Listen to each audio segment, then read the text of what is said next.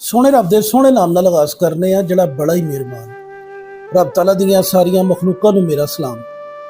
दोस्तों, इराक दे अंदर एक किताबां दा ऐसा बाज़ार है जिथे दुकानां हमेशा खुल्लियां रहिंदियां ने। यानी अगर दुकानदार अपनी दुकानदारी बंद भी कर दे लेकिन उसकी दुकान बंद नहीं होंदी, क्योंकि उन्हां दा फलसफा यह है कि पढ़न वाला कभी चोरी नहीं कर सकता तो चोरी करने वाला कभी पढ़ नहीं सकता।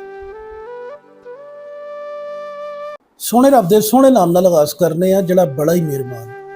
रब तआला दियां सारियां मखलूकां नूं मेरा सलाम।